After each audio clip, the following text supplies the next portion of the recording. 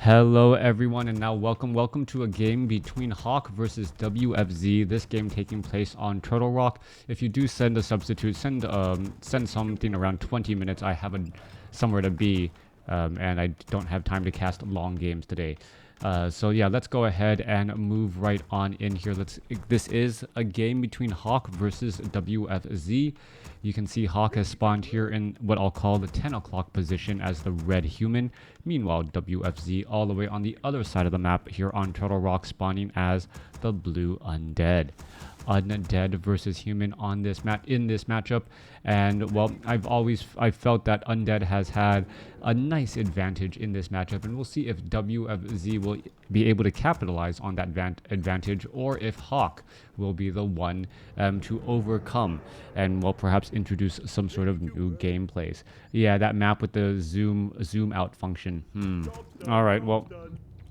Yeah, apparently I don't have that map. If you can link me that as well, I can try and set it up a little bit later. Don't have the time this morning to, well, try and diagnose and solve any of those problems. We are going to be going into an Archmage going up against a Death Knight. No surprises here, both heroes are the classic Warcraft 3 heroes in this matchup. Archmage very strong at leading an army, incredibly important if you do want to use any sort of strategy that has priests. Priests often run out of mana far too quickly. The Archmage there is essentially making sure that those priests are always constantly topped off and have the ability to heal, and well, are just much more effective later on. You get these maps when downloading the Okay, so I need to download the W3 Champions client. Got it. Alright, Archmage making its way down here. It is going to be a Death Knight coming in from the other side as well. It looks like a lone ghoul Death Knight does have a Rod of Necromancy, and he is opting to actually go for, creeping first, taking down that Sea Turtle Hatchling. Sea Turtle Hatchling does get taken out. We can see a ghoul now backing away. Skeletal minions popping up out of the ground to finish off the remainder of this creep camp. Meanwhile, Archmage off over here, gonna clear out this, set this up. Hopefully it works. Yes, hopefully it does as well. And I am hoping to be able to get Warcraft 3 champions set up a little bit later. Yeah, no surprise that in my busy schedule, I do not actually have time to really play a lot of Warcraft 3, hence even try to play that competitive ladder. Archmage wandering on around here. We're looking at the Death Knight going after the Ogre Warrior creep camp, and this does come as a little bit of a surprise. Normally, the undead player is often tempted to just try and shut down his opponent's creeping. Instead, what we're looking at is WFZ going for a, well, not an aggressive creep. He's just using skeletal minions here. He's not going to be sacrificing very much of his early lumber, and he already has level 2. Ladder 2 stressful for me these days. Yeah, I think that is the case. Especially when I was playing a lot more StarCraft 2, StarCraft 2 and Warcraft 3, each game was work, right? After the Warcraft 3, not as much, because I don't think the matchmaking was nearly as precise. All right, but in StarCraft 2, the matchmaking was so precise. It was work every single match, every single game. And it actually became stressful winning or losing. So yeah, I totally understand that sentiment right there. Giant Sea Turtle going to get taken down here. We're looking at a number of Sea Turtle hatchlings being remained, and well, this should get cleared up rather easily as the Death Knight now retreats back. Does get that Watcher Ward in the middle portion of the map, and Hawk now has to be wondering, what exactly is my undead player doing? Pretty much he knows that WFZ should have harassed him a little bit by now, but he has to have some sort of idea that, well, the Death Knight, when I'm going to finally face him, is going to be higher level than a little bit than normal. All right, we're looking at an Acolyte trying to slip away here. Oh, Skeletal Minions, a beautiful box in right there. Beautifully done by WFZ. I don't know if you caught that. The Acolyte moved away, and the Skeletal Minions actually moved back and then boxed in that Footman right there to ensure the kill while protecting his own acolyte, and which would have cost a quite amount of gold because he is still teching to tier 2. Yeah, that those small micro plays making a big difference.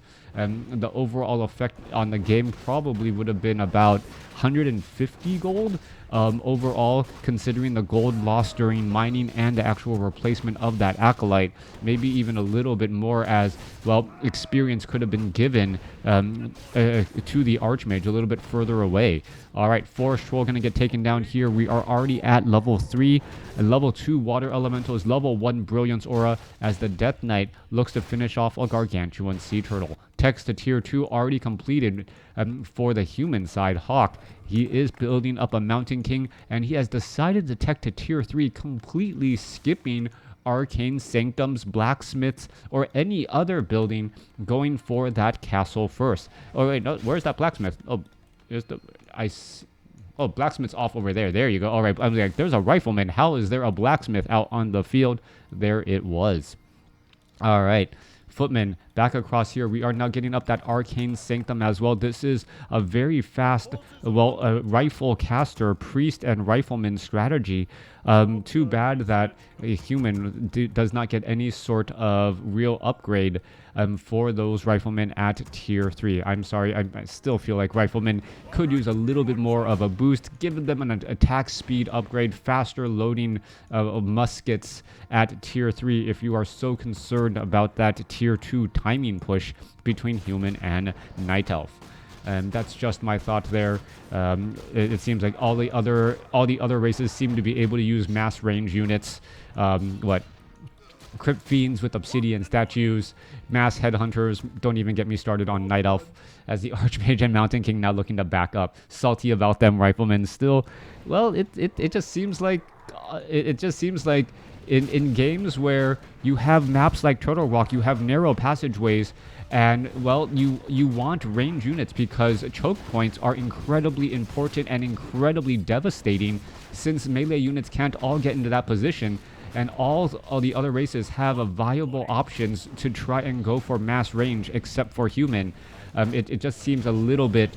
It seems a little bit strange here. So yeah, especially on maps like Twisted Meadows, where you have a lot of room to maneuver. You don't, and all of your melee units can actually engage. Yeah, that's fine. You can, you play to your map as well. When you have a map where you have all of these really small, narrow choke points all across the position, and you can constantly try and fight and engage only in those positions, range units become significantly better. And well, you live and die by range units at that point. All right, here we go. There's a Frost Nova. There goes a Priest. Rune Watcher now dropped down. Mountain King does have Ring of Regeneration. Another Rifleman going to get taken down right here pretty easily as the skeletal minions. We're going to try and do a little bit of chase. Rifleman down to 51 hit points. Priest actually gets in harm's way as that Rifleman's probably cursing his brother in arms. All right, Lich getting Storm Bolted. However, 400 hit point Death Coil healing up that unit once more as the unit's backing up. Hawk sitting at 40 supply compared to WFZ's 41.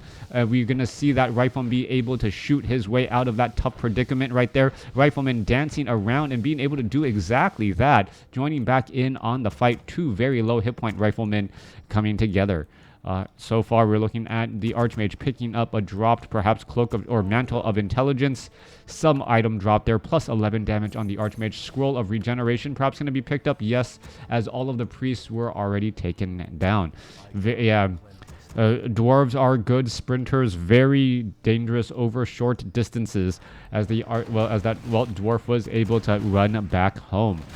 Archmage going after the giant sea turtles and gargantuan sea turtles here. Paladin is now out onto the field. We are looking, however, at a Crypt Lord with Impale. This is the old school Frozen Throne undead tri-hero, as that Crypt Lord is able to impale, slow units down or stun units, and then you can just cycle through all three nukes again.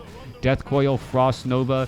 As the units are slowed, you're just gaining distance on them, and right as the slow comes to an end, you just pick them up all into the air, drop them back down, and then try and rinse and repeat. Forest Troll Berserker will get taken out here. We have a potion of potion of invulnerability on that Crypt Lord, as he will be able to dive in deep. Let's take a look. Death Coil drop, pick back up, getting that Crypt Lord back up to 850 hit points almost.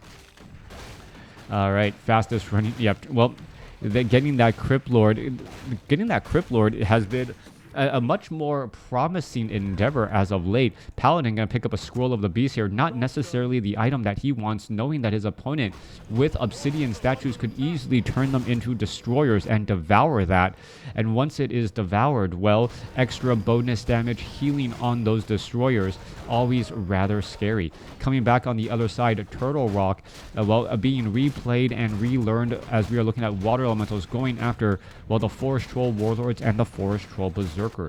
Archmage, where is it going up to next? It's going to try and scout out some more locations, and Turtle Rock does have some interesting matchups because of this one. Well, in fact, there are so many high-level creep camps, so many powerful consumable items on a relatively small map. All right, a little bit of damage getting added back every which way.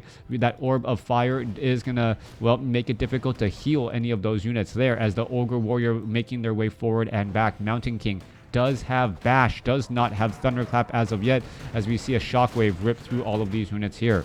Now, coming back to the center, it looks like the Undead Army, level 4, level 3, almost level 3 on that Crypt Lord, is going to be going up against a level 4, level 3 Paladin here in just a moment for that level 2 Holy Light. It does have Divine Shield. It's already been used, and this could actually become a little bit of a bad engagement here in just a moment, as you can see the Undead try to do a little potential creep jack, but no, does not end up running into it.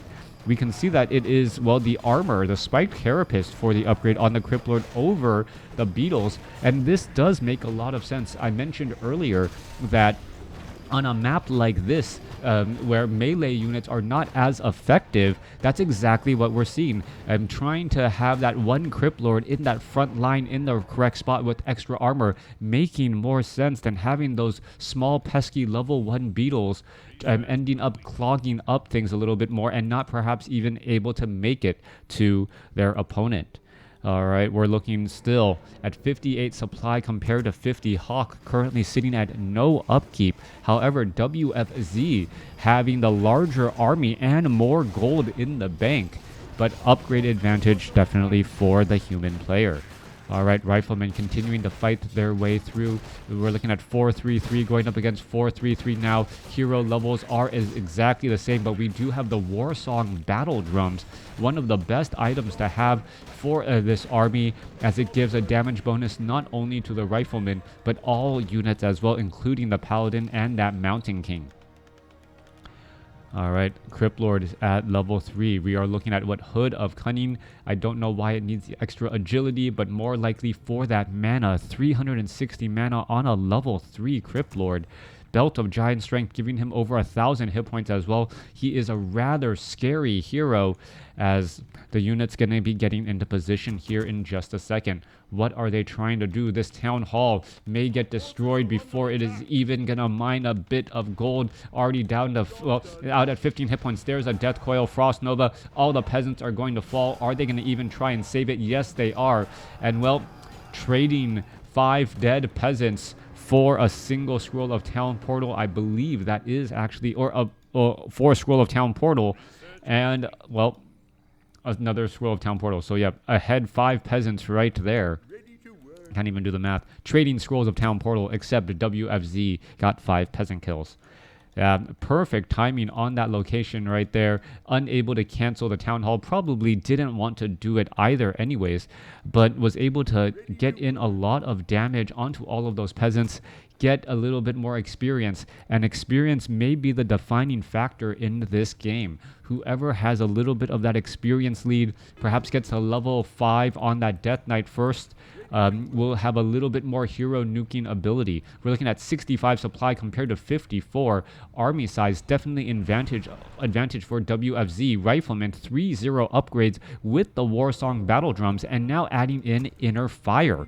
All right, that is going to be some major damage. Destroyers are going to have a field day devouring all of that. There's an Impale as well. There is a Frost Nova, and WFZ Scroll of Healing try to counteract that Frost Nova there. but the damage is already being done. The destroyers with that mana so powerful, as the Crypt Fiend could get up taken down. There's a Holy Light trying to save, and there's another Impale as well.